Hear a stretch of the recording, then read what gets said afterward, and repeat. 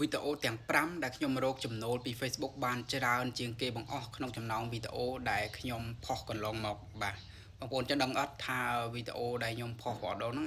លុយបានច្រើនជាងគេហ្នឹងតើវាបានប្រមាណបាទឥឡូវកុំឲ្យខាតពេលយូរយើងទៅតាមដានទាំងអស់គ្នាបាទលេខ5យើងបានទៅលើវីដេអូដែលខ្ញុំនិយាយពី20ឆ្នាំមុនខ្ញុំគ្រាន់តែជាក្មេងកសិករម្នាក់បាទវីដេអូហ្នឹងខ្ញុំថតនៅចកាមានអ្នក like រហូតដល់ 165k like និងអ្នកទស្សនា 2 លាន.2 និងទឹកប្រាក់ទទួលបាន$35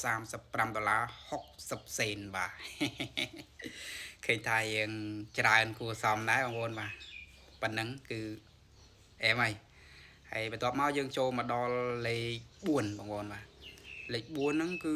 ជាវីដេអូដែលខ្ញុំកាត់តយកមកប្រៀបគ្នាវីដេអូ2021ហើយនិង2026បាទថាវាខុសគ្នាប៉ុណ្ណាហើយវីដេអូហ្នឹងបានអ្នកទស្សនាបាទសំទោសបាន like ចំនួន 130k like និងអ្នកមើល 2M.8 ហើយលុយគឺទទួលបាន$44 34 សេនបាទ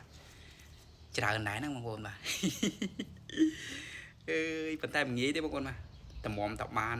ផ្ទុះអញ្ចឹងមួយគឺមិនងាយទេមិនងាយប៉ះ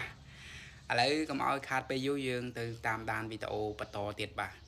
លេខ3យើងបានទៅលើវីដេអូដែលខ្ញុំថតនៅក្រោមផ្ទះយើងនិយាយអំពីបាទទិញឡានអត់ឯកសារ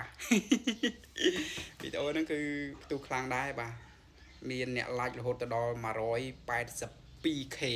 បាទ 182k like និងអ្នកមើល 3M.3 ហើយលុយទទួលបាន$44 80 សេន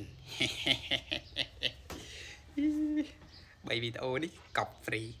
តែ3វីដេអូនោះមិនងាយប៉ះទេតោះមកយើងចូលមកដល់លេខ2ម្ដងបាទចំណាត់ថ្នាក់លេខ2យើងបានទៅលើវីដេអូដែលខ្ញុំថតបក្រាវបងប្អូនវីដេអូហ្នឹងគឺថតភ្លាមផ្ទុះភ្លាមហើយវីដេអូហ្នឹងបានអ្នក like តា 106k like ទេបងប្អូនបាទបាន like តិចទេហើយចំនួនអ្នកមើលវិញ 2M.4 ហើយលុយបាន$45 49 សេនឥឡូវយើងទៅមើលលេខ1ទាំងអស់គ្នាលេខ1បានប្រមាណទេបងប្អូន